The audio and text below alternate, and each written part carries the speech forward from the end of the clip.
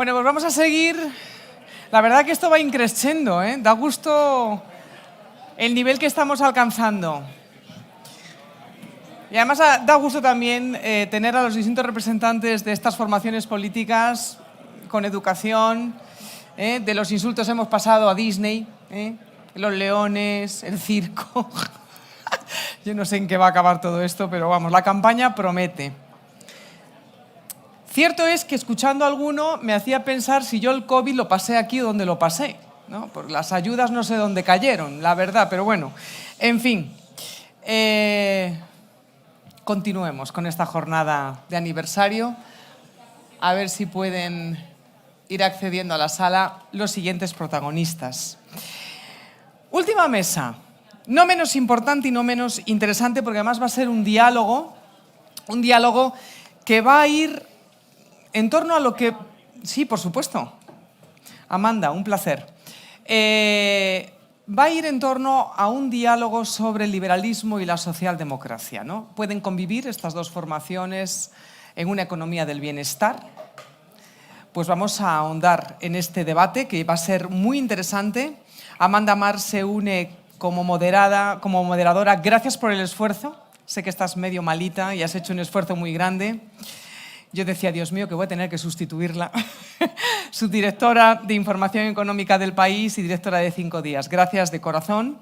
Y modera este diálogo con dos también grandes espadas del pensamiento económico. El exministro y senior advisor de Llorente y Cuenca, don Jordi Sevilla, bienvenido, bien hallado. Y el presidente de Free Market Corporate Intelligence, don Lorenzo Bernaldo de Quirós. También muchísimas gracias. Así que comenzamos cuando queráis.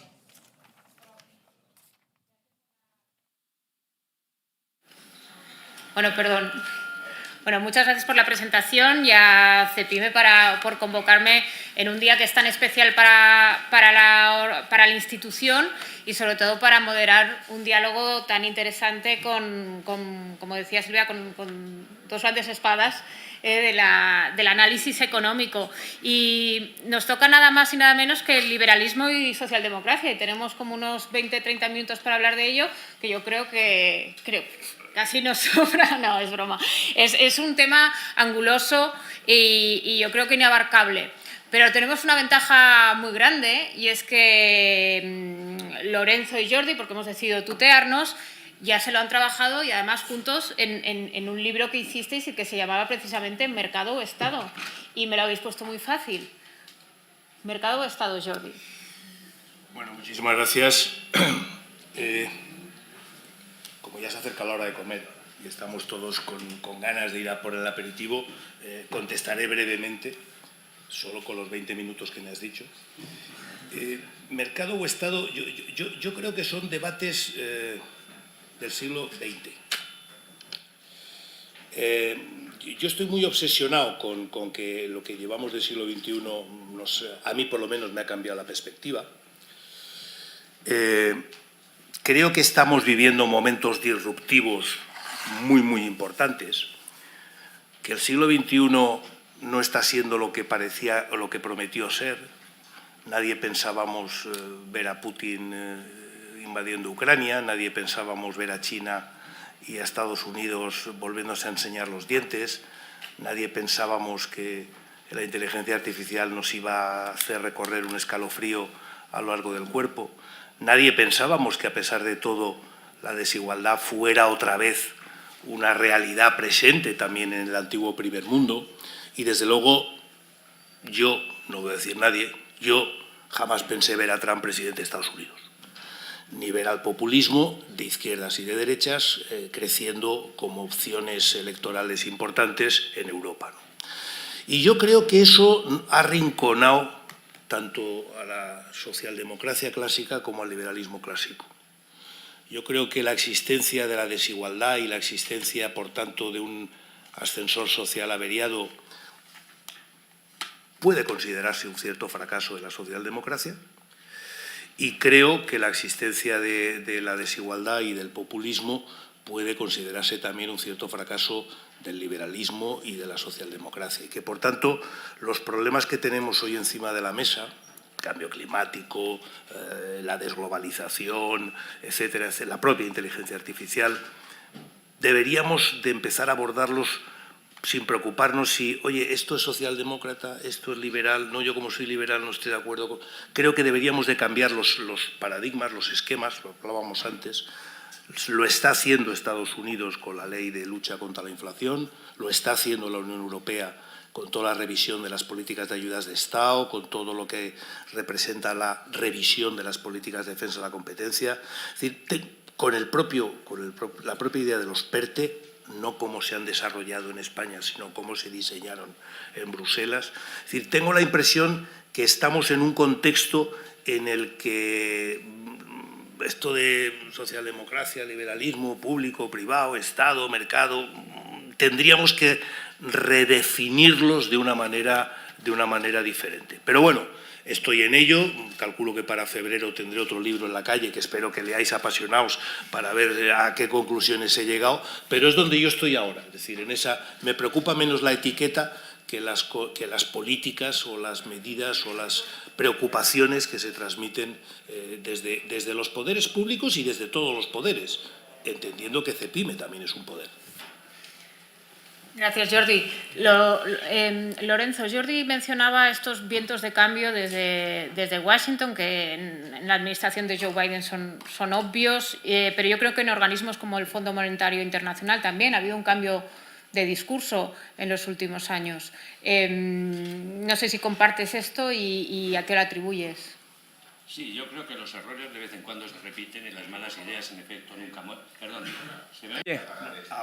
Ahora sí. Yo creo que los errores se repiten y las malas ideas nunca mueren. Entonces, el Fondo Monetario probablemente ha vuelto a recuperar algunas y con un entusiasmo de la señora Georgieva, creo que es Georgieva, cuyo conocimiento de la economía es enciclopédico, es realmente abrumador.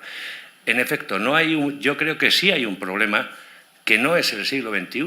Aquí se habla mucho y permanentemente, estamos en el debate de la crisis del capitalismo, lo entierran por enésima vez en cada crisis, siempre se lo entierra, y luego resucita, digamos, con un vigor extraordinario y muestra una pésima salud de hierro. Si lo que vivimos en estos momentos es una expansión del Estado y una presencia e inferencia del Estado en la economía que no se ha producido en el mundo occidental desde el final de la Segunda Guerra Mundial. Hemos llegado a crear un sistema en el que los elementos de generación de riqueza, los elementos que permiten la creación de empleo, el estímulo a la inversión, el espíritu emprendedor han decaído de una manera extraordinaria, asfixiados por un mundo occidental que ha olvidado que fue la libertad económica y la apertura exterior la que permitió alcanzar unos niveles de prosperidad inéditos.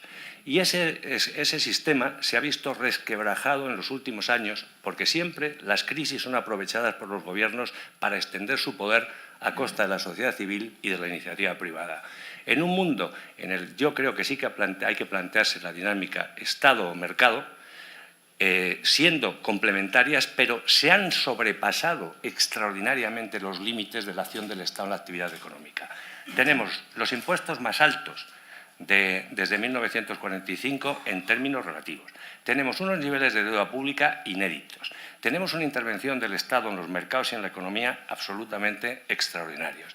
Y en el caso español, que no vamos a entrar en el debate porque hemos hecho un pacto razonable de hablar de temas genéricos, creo que vivimos una orgía colectivista en la que indiscutiblemente se están, de alguna manera, marcando muy acusadamente la idea de que aquí quien crea riqueza es un Estado que lo único que hace fundamentalmente es absorberla a la gente que genera rentas, empleo y puestos de trabajo. Gracias. Sí, por favor. Bueno, si volvemos al debate del 20, yo no estoy de acuerdo con lo que has dicho. Entre otras cuestiones porque tampoco escucho grandes quejas contra la intervención del Estado cuando se hunde Lehman Brothers y todo el mundo recurrimos al Estado para que salve el sistema financiero. Tampoco he oído muchas críticas a la intervención del Estado cuando viene la pandemia y todos queremos que los Estados intervengan y ordenen un poco el funcionamiento de la sociedad en situaciones como esa, como tampoco he oído grandes críticas a la presencia del Estado en un momento en el que nos estamos planteando esto que se da en llamar en Europa la autosuficiencia o la posibilidad de depender menos de China en algunos de los elementos esenciales, ¿no? De verdad, yo creo que hay que romper, que el momento es diferente. Es decir, no puedo estar confundido, pero yo es lo que creo, y que analizar la realidad actual con esquemas del 19 y del 20 se nos queda, a mí por lo menos se me queda corto, y repito, puedo estar confundido, aunque yo siempre digo que como me lo pienso todo mucho, cuando me equivoco a tope, vamos, o sea, es un error gravísimo porque me lo he pensado mucho, ¿no? Pero esto me lo tengo muy pensado. Yo creo que precisamente un momento, Jordi, de cambio brutal en lo que estamos, en definitiva, digamos, en lo que se apunta como la cuarta revolución industrial, lo que necesita es mecanismos de flexibilidad que permitan a la sociedad y a las empresas adaptarse a ese entorno. Desde ese punto de vista, todos los instrumentos regulatorios de control que dificulten la adaptación de nuevas tecnologías, la adaptación de las empresas al cambio, el proceso de destrucción creativa de una economía de mercado, producen efectos nefastos a medio y largo plazo. Luego es verdad que, en efecto, no llamamos al Estado cuando intervenga Lehman Brothers. Es decir, todos los economistas liberales clásicos, ante la amenaza de la quiebra del sistema de medios de pago, apuntaron a una intervención para evitar el desplome de la economía, pero lo que nadie apuntó es el mantenimiento de una política de expansión monetaria durante décadas, que lo que ha provocado es al final unos desequilibrios extraordinarios. Y luego es verdad que tenemos un problema que es la intervención en el comercio internacional. Yo creo que la globalización ha sido un factor que ha generado dificultades en unos sectores, pero que ha sido terriblemente benéfico para el conjunto de las sociedades, no solo de las sociedades en vías desarrolladas, que han logrado reducir su pobreza y elevar su nivel de vida de una manera sustancial, sino también para las propias sociedades occidentales, en el sentido de que hemos podido asignar recursos a los sectores con mayor valor añadido. Y si eso no lo hemos hecho con suficiente intensidad, sobre todo en las economías europeas, es porque tenemos una economía terriblemente rígida que dificulta enormemente la capacidad de las empresas de adaptarse a ese entorno. Yo creo que las nuevas tecnologías y toda revolución tecnológica necesita un marco de flexibilidad, un entorno institucional que garantice además seguridad jurídica, estabilidad regulatoria, por lo tanto, y que no castigue, sino premie la innovación con un sistema fiscal adecuado. Y yo creo que eso no existe hoy día en las sociedades europeas en concreto, y creo que castiga de una manera muy sustancial a lo que es la posibilidad de crecimiento y de innovación tecnológica y de incorporación de nuevas tecnologías de las empresas españolas. Muchas gracias. La verdad es que ambos habéis... Perdón. Muchas gracias. Ambos habéis mencionado el recuerdo de Lehman Brothers y la intervención entonces del Estado. Tenemos un caso mucho más reciente, que es esta gran pandemia que hemos pasado. Y yo no sé cómo nos imaginamos la salida de esta pandemia sin la intervención, que estoy de acuerdo, que ha sido muy expansiva de todos los Estados en todo Occidente. ¿Cómo lo hubiéramos hecho si no hubiera sido con esta intervención, sin duda profunda, de los gobiernos? Yo creo que hay que diferenciar, digamos,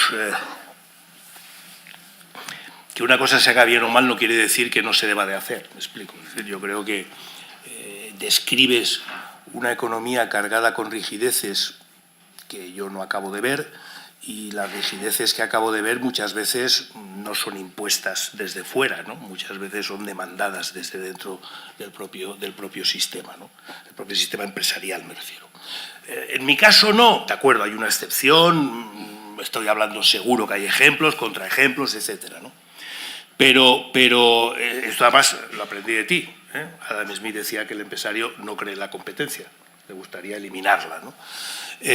Creo que de todas maneras el caso de la pandemia pone en evidencia una obviedad, y es que, en contra de lo que pensaba Margaret Thatcher, la sociedad existe.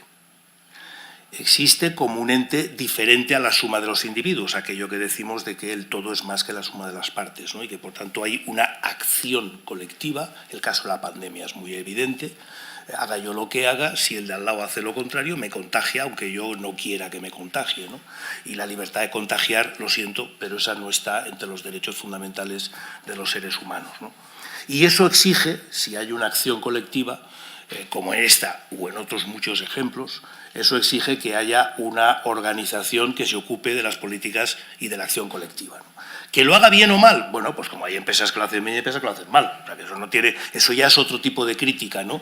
Y desde ese punto de vista, mi posición es que, especialmente en nuestro caso español, pues digamos que lo que llamamos el Estado es manifiestamente mejorable en su ejecución y en su funcionamiento, ¿no? Pero yo insisto, creo que lo que tenemos en este momento, lo que nos está desafiando en este momento, nos obliga a superar este tipo de análisis, con perdón, muy del siglo XX.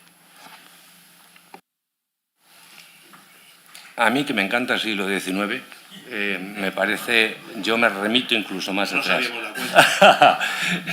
Vamos a ver, nadie discute que en una situación de emergencia ante catástrofes naturales, una epidemia, unos fenómenos que son absolutamente imprevisibles, el Estado tiene que intervenir para evitar que se produzcan daños mayores y eso se traduzca, digamos, en un problema generalizado e insoluble.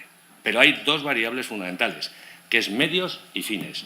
Es decir, tú puedes utilizar estados de emergencia para solventar un asunto concreto, en el caso de la pandemia, un tema sanitario, que es absolutamente comprensible y en efecto, lo puedes hacer bien, mal, regular o manifiestamente mejorable. Pero lo que no parece muy lícito es utilizar un estado de emergencia para introducir medidas de cambio en el modelo económico y social que no tienen absolutamente nada que ver con la pandemia. Y ahí podemos discutir si sí o si no, pero digamos que no es un uso legítimo de los poderes de emergencia en un Estado de Derecho. En segundo lugar, ha habido, yo no creo, es decir, estamos en CEPIME, en una reunión de empresarios, que haya habido una demanda brutal del sector empresarial de llamando a papá Estado para que nos socorra en esta situación. Y tampoco parece ser que haya sido muy efectiva de cara a las empresas, digamos, la intervención del Estado. Esta mañana ha hecho referencia Pablo al tema de los ERTEs, que, bueno, no voy a entrar en la mecánica contraria, pero además sí os pido que no utilicéis vuestro poder terrible con los medios de comunicación para destruirme si no estoy de acuerdo con vosotros, cosa que me sorprende maravillosamente que el poder de los empresarios no se tradujera exactamente en la imposición de la agenda que desearían los empresarios en las políticas públicas españolas. Con lo cual, pongamos o relativicemos al menos ese omnímodo poder que tienen las empresas en la sociedad española. A lo mejor que estaban de acuerdo. Oh, no lo creo. Y por último, es verdad, los problemas del siglo XXI son problemas nuevos, en efecto, tenemos un cambio tecnológico, pero son problemas que se arrastran del siglo XX en aspectos fundamentales. Por ejemplo, en las pensiones. Tienes un modelo de pensiones que es del siglo XX, que tiene repercusiones en el siglo XXI y que obviamente afecta de una manera sustancial a la evolución, por ejemplo, de la economía española y de gran parte de las economías occidentales en el medio y largo plazo. Entonces, no existe una ruptura nunca en un proceso de cambio económico, existe una ruptura que, aparte, incorpora procesos del pasado que es necesario y fundamental resolver, porque no nos va a servir de nada hacer frente al desafío tecnológico, que es fundamental, si no resolvemos problemas previos que, entre otras cosas, hacen imposible o muy difícil incorporar tecnología.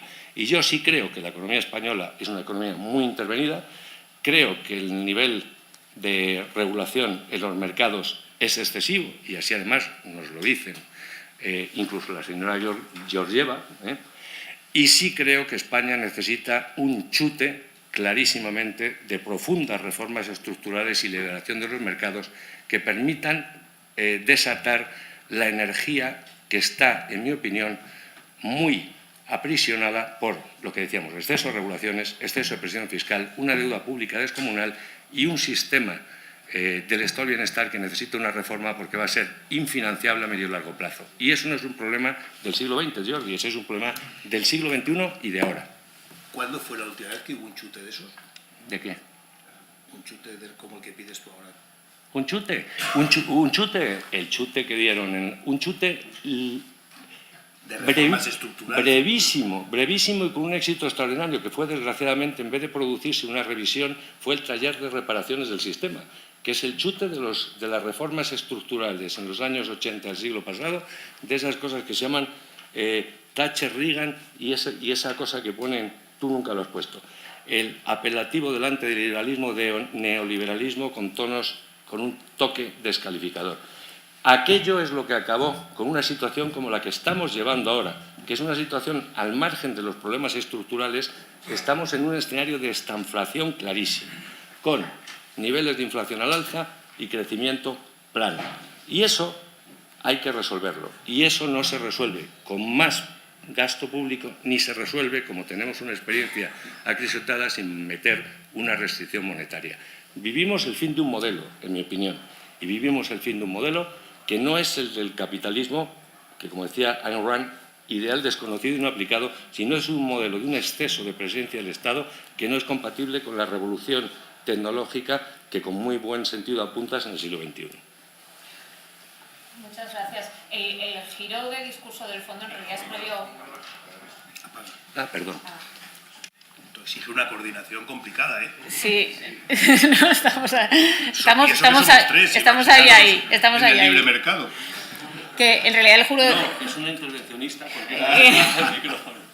El giro del discurso del fondo en realidad es previo a Cristalina Georgieva. Ya el fondo de la etapa de Christine Lagarde hizo un giro muy importante. Ya desde 2015-2016 hubo una gran preocupación por las olas populistas y se entonó un cierto mea culpa, no solo por las políticas de austeridad, sino también por ciertas consecuencias de la globalización que quizá no se contemplaron suficiente. No, vamos a ver, si yo estoy muy de acuerdo, la desigualdad es estupenda, entre comillas, es un desastre, depende de quién lo contemple, estupendo, vale. Tenemos un peso del Estado en el PIB del 53% en España, no está mal. Bien, tenemos un sistema de protección social que en gasto social agregado es similar al de los países desarrollados. Bien, tenemos un sistema impositivo que, según nos dicen todos los indicadores, España ha perdido competitividad fiscal de una manera brutal con los efectos negativos que eso tiene, obviamente, sobre la actividad productiva. ¿A dónde queremos llevar los impuestos? ¿Al 100%? ¿El gasto público al 80%? En nombre de la desigualdad, cuando hemos llegado a esos niveles, ¿es asumible exigir más intervención del Estado? ¿Impuestos más altos? ¿Gasto público superior? Francamente me resulta cómico. Yo no he dicho nada de todo eso.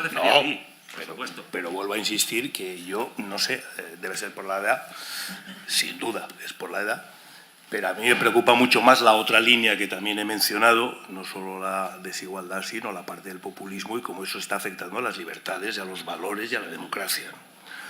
Y me cuesta mucho desligar una cosa de la otra. Y normalmente el populismo sube porque hay gente cabreada, con razón o sin ella, con más razón o con menos razón, y bueno, pues si tú quieres defender la democracia y por tanto quitarle argumentos a las políticas populistas, que para mí ese es lo que más me preocupa en este momento, repito, a lo mejor es un problema de la edad, pues tendrás también que quitarle la parte de soporte que genera ese malestar y que sustenta con votos al populismo, ¿no?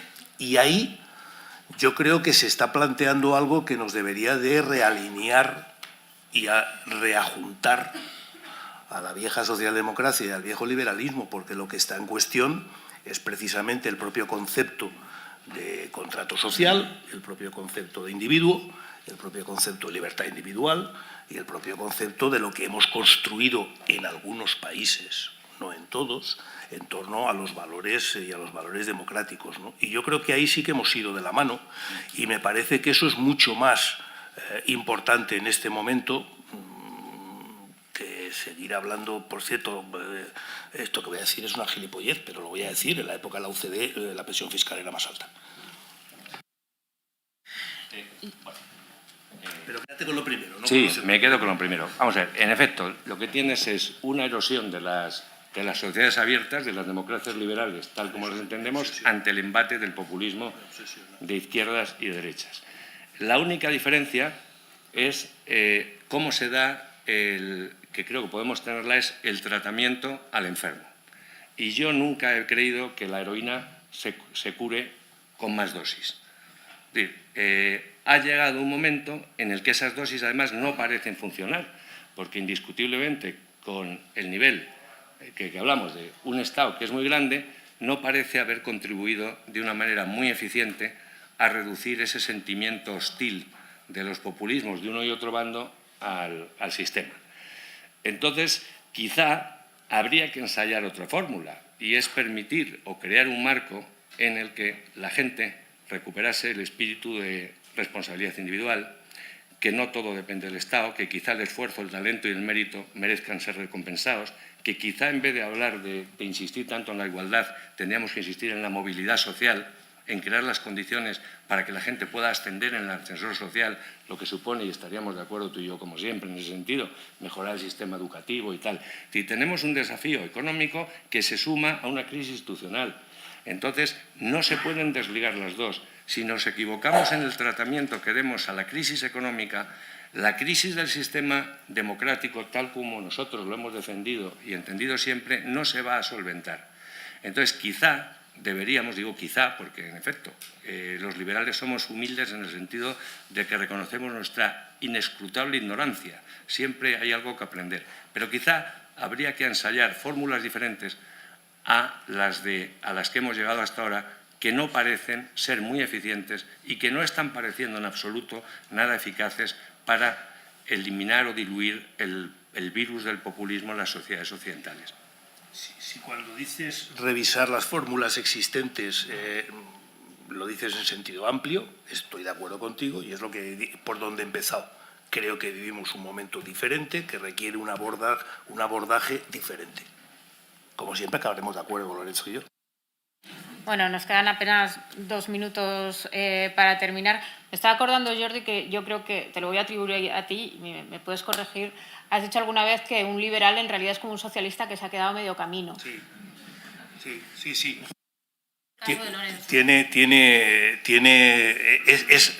Dada la vuelta, el famoso aforismo este que se le atribuye a Prieto de soy socialista fuerte liberal, ¿no?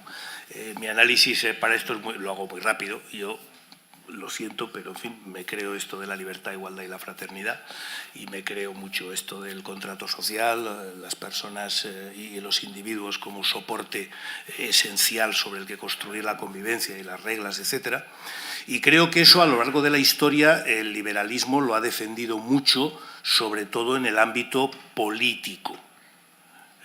Una persona, un voto, las libertades de expresión, las libertades de opinión, las libertades de agrupación, etcétera, ¿no? Y creo que, en mi concepción, el socialismo parte de ahí y da un paso más. Pues vamos a asegurar una libertad real a través de unos medios económicos, porque alguien que se muere de hambre no es libre. Vamos a asegurar, dentro de esta idea de que hay un colectivo, un todo que es más que la suma de las partes, vamos a hacer políticas de cara a ese todo, y introduce esa otra parte de las libertades sociales también, por decirlo de alguna manera. En ese sentido es en el que alguna vez que he dicho que un liberal se ha quedado a medio camino, pero vamos. Ahí estriba, en efecto, como decía Guillaume Castizo, la madre del cordero, de la discrepancia que podemos tener en el fondo, liberales y socialdemócratas. Es decir, yo creo que existen individuos concretos que son los únicos que tienen existencia real, porque son los únicos entes que conozco, hasta que llegue la inteligencia artificial, capaces de pensar, actuar y elegir,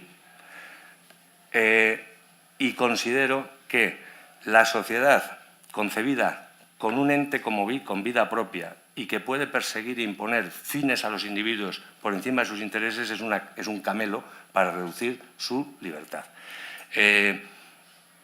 La sociedad civil es cooperación espontánea.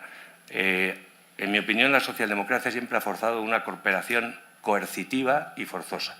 Y a mí eso no me gusta y no creo que es compatible entre comillas, con el concepto que yo creo de una sociedad con valores plurales en los que los individuos deben perseguir los fines que les dé la gana siempre y cuando cumpla la ley y no se dediquen a atracar al vecino, ¿no? Pero esa es una vieja disputa que hemos tenido siempre y con lo cual, como no la vamos a resolver... No. Pero insisto, tanto tu visión como la mía hoy están cuestionadas. Yo creo que, como... Sí, perdón, no. Como muy bien has dicho al principio, el capitalismo se le ha intentado enterrar 1000 veces y no se le ha enterrado. Yo creo que la socialdemocracia... como a la socialdemocracia. Exacto, eso iba a decir, que a la socialdemocracia también se le ha dado por muerta ya muchas veces y creo que nos juntaremos dentro de un tiempo a volver a hablar de esto. Bueno, ha sido un lujo, muchísimas gracias. Y... Tendremos que escribir otro libro juntos. Sí. Por eso. Sí. Pero esto no tiene gracia, nos tenías que haber traído un populista de uno y otro bando y nos hubiéramos divertido mucho más.